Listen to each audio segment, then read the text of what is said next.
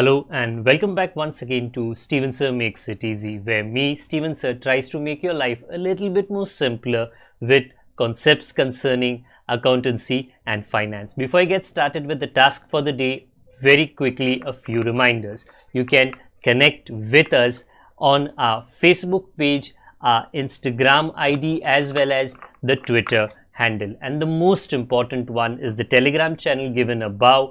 If you have not installed Telegram on your mobile phone and you are a subscriber of the channel, it's my request, please get connected to the Telegram channel above, join it, so that this particular Telegram channel is used for official communication to inform you, to update you about the lectures that will be premiered the next day, as well as the most important thing, the PDF of the question and answer, whatever is coached and tutored on this particular platform will be shared at the end of that particular chapter, so that you can download it and use it for your future reference basis.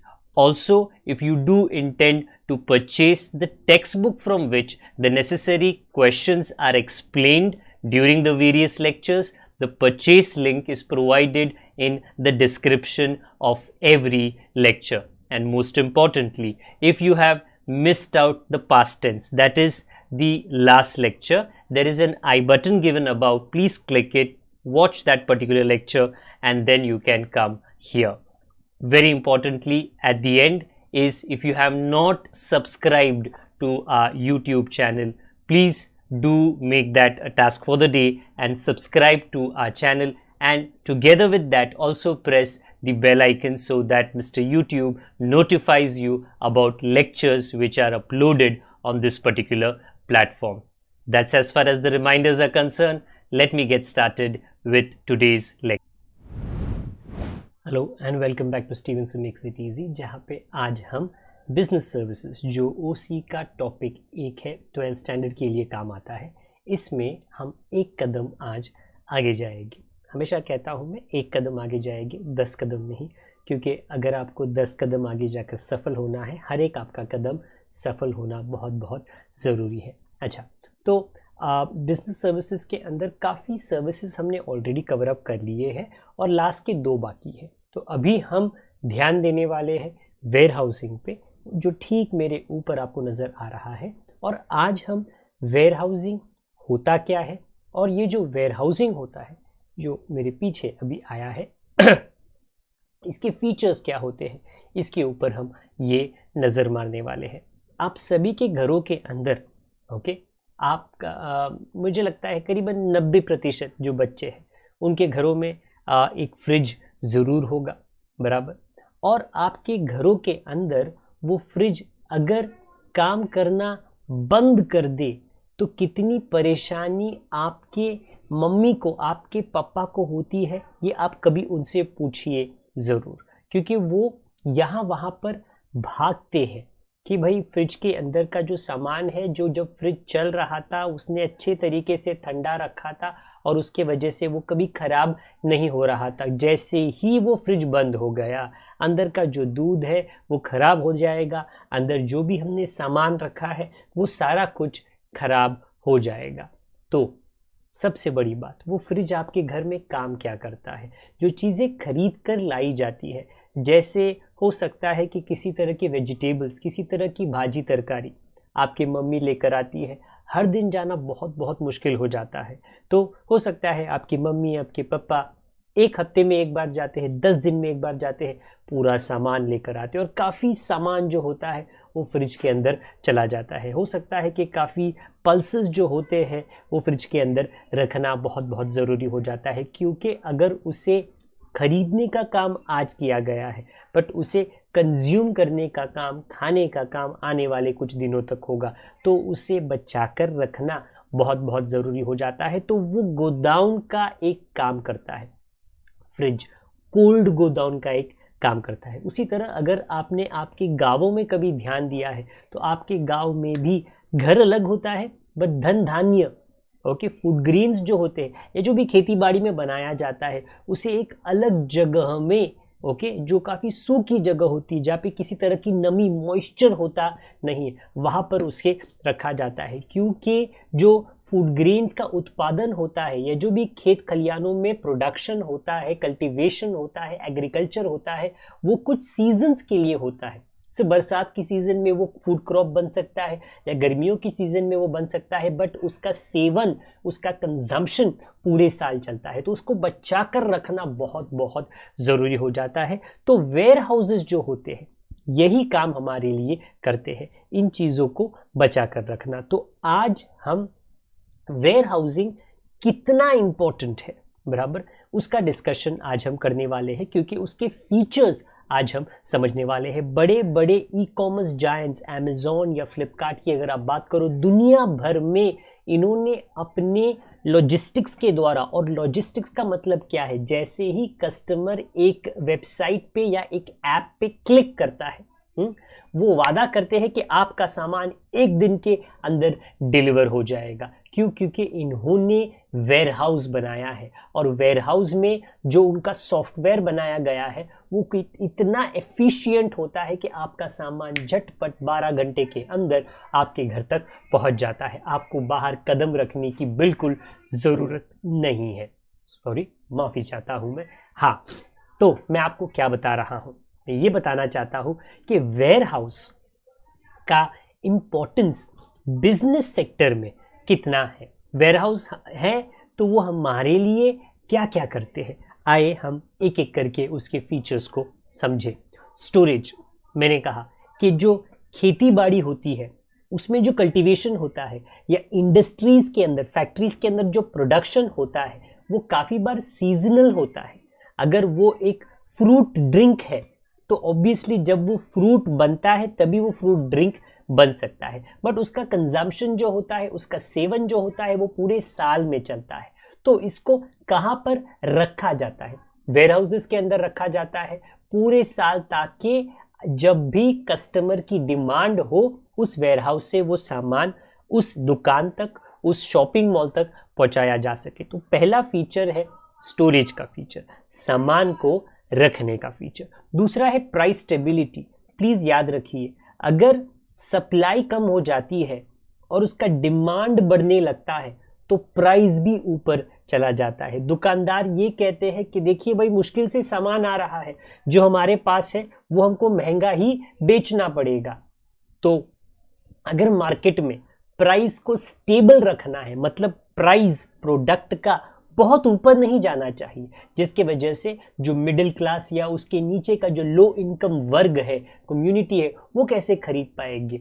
तो warehouses का इस्तेमाल किया जाता है सामान को बराबर से रखने के लिए, ताकि जैसे ही डिमांड हो वेयरहाउस से वो सामान मार्केट तक पहुंचाया जा सके। उसके वजह से जो प्राइस पे असर होता है वो गलत असर, इंक्रीज इन प्राइस का ना हो सके। तो प्राइस स्टेबिलिटी को रखने में, प्राइस को सीधा रखने में, ऊपर नीचे ना ले जाने में वेयरहाउसेस का बहुत बहुत बड़ा हाथ है। इसके बाद में रिस्क बेयरिंग, क्योंकि वेयरहाउस के जो मालिक है वो अपने ऊपर रिस्क लेते हैं। किसका? कि अगर चोरी होगा उसका भुगतान वो कराएंगे, या अगर आग लग जाती है उसका जो भुगतान है वो कराएंगे, अगर सामान सड़ जाता है तो वो भी रिस्क जो है, क्योंकि जो मैन्युफैक्चरिंग करता है, जो फार्मर होता है, उसके पास में हो सकता है कि जगह या पैसा नहीं है अपने सामान को, अपने आउटपुट को,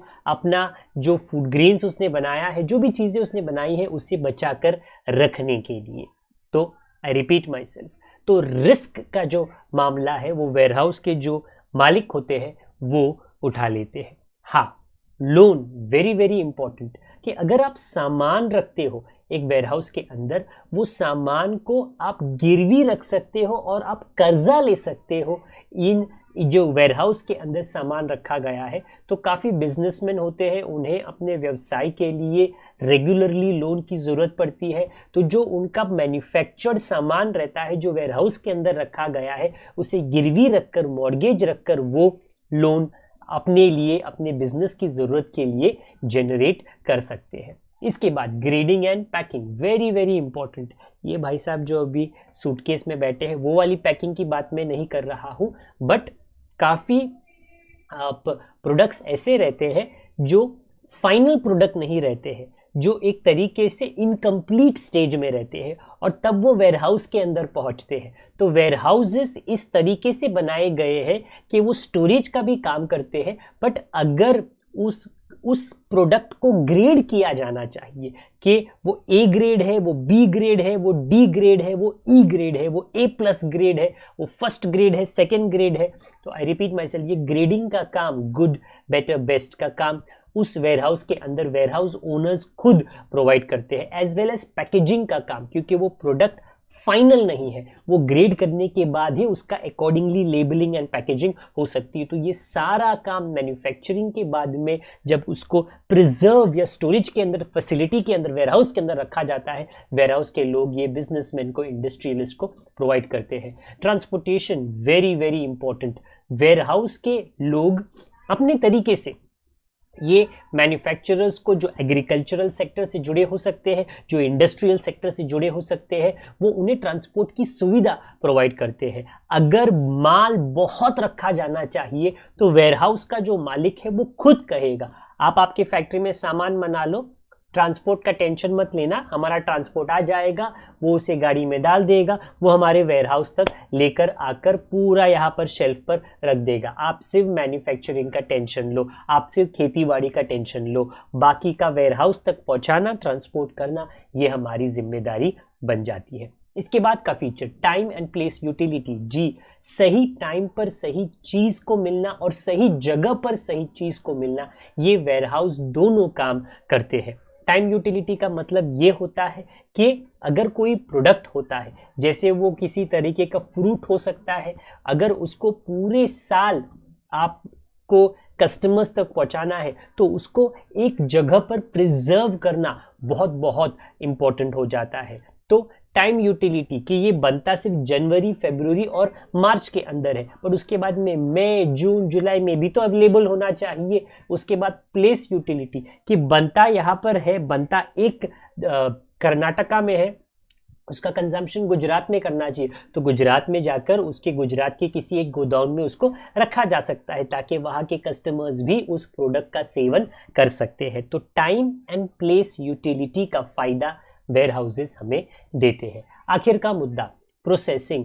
मैंने जैसे कहा है कि इसके पहले ग्रेडिंग एंड पैकिंग था, ये थोड़ा थोड़ा उसके साथ में ही कनेक्टेड है। अगर वो प्रोडक्ट फाइनल प्रोडक्ट नहीं है, अगर बस उसको किसी भी बगीचे से तोड़ा गया है, किसी खेतों से काट कर लाया गया है, बट उसको आगे प्रोसेस करना है ताकि वो कंजम्पशन, खाने लायक बन सके या पैक करने लायक बन सके, तो ये जो प्रोसेसिंग का काम होता है, जिसके अंदर कभी कभी मशीन्स का इस्तेमाल करना पड़ता है, ये सारी मशीनरी जो होती है वो इन गोदामों के अंदर, इन वेयरहाउसेस के अंदर रखी जाती है ताकि ये प्रोसेसिंग आराम से, जैसे ही ये सामान रखा या उसका ट्रांसपोर्टेशन किया जाता है, वहाँ पर हो जाता है। तो ये हमारे 8 पॉइंट्स है जो फीचर्स देते हैं हमें वेयरहाउसिंग के। हाँ, ऐसा आपको काफ़ी बार बताया गया है, मैं ये जनरल मुद्दा आपसे डिस्कस कर रहा हूँ कि आपके बड़े लोगों ने कहा होगा कि जो बीत गया वो बीत गया, अभी तू तेरे भविष्य को देख। हाँ, कि अगर आपके 6 पेपर है, एक पेपर हो चुका है, उसका टेंशन मत ले, वो हो चुका है। अगर आप उसकी चिंता करोगे तो कल के पेपर पर उसका क्या हो जाएगा, असर ज़रूर होगा। तो मैं आज आपको क्या बताने आया हूँ, वही चीज़ बताने आया हूँ। Forget the past for a successful progressive future. Forget the past for a successful progressive future. ये मैं क्यों बता रहा हूँ, क्योंकि ये हमारा कोडिंग है, ये 8 मुद्दों को याद करने के लिए। तो फॉरगेट, आप फुल वर्ड की बात नहीं कर रहा हूँ, जो हाईलाइटेड है ऑब्वियसली वही जो वर्ड्स है वो आपको इस्तेमाल करने हैं, और ये शॉर्ट फॉर्म में से आपको जो हमारे 8 मुद्दे हैं, फाइनेंसिंग का, रिस्क बेयरिंग का, grading and packing, transportation, time and place utility, price stabilization, storage and processing, ये सारे पॉइंट्स आपको बड़े आसानी से याद हो सकते हैं। तो दोबारा बता देता हूं मैं, फॉरगेट द पास्ट, भूल जाओ, जो रात गई बात गई, भूल जाओ। अभी क्या झगड़ा करना उनसे, नया दिन है, नया मौका है, कुछ तो आप पॉजिटिव करो उस बारे में। तो अगर आप फॉरगेट द पास्ट करोगे for a successful progressive future, ये वाला पॉइंट आपको डेफिनेटली फीचर्स का याद रहने वाला है। आई होप आपको ये कोडिंग के द्वारा ये पॉइंट्स याद रहेगा, ये चीज़ें फीचर्स ऑफ वेयर हाउसिंग आप समझ चुके हो, और ये अगर आता है तो इसको याद करके आप एग्जामिनेशन में इसे रिक्रिएट डेफिनेटली कर सकते हो।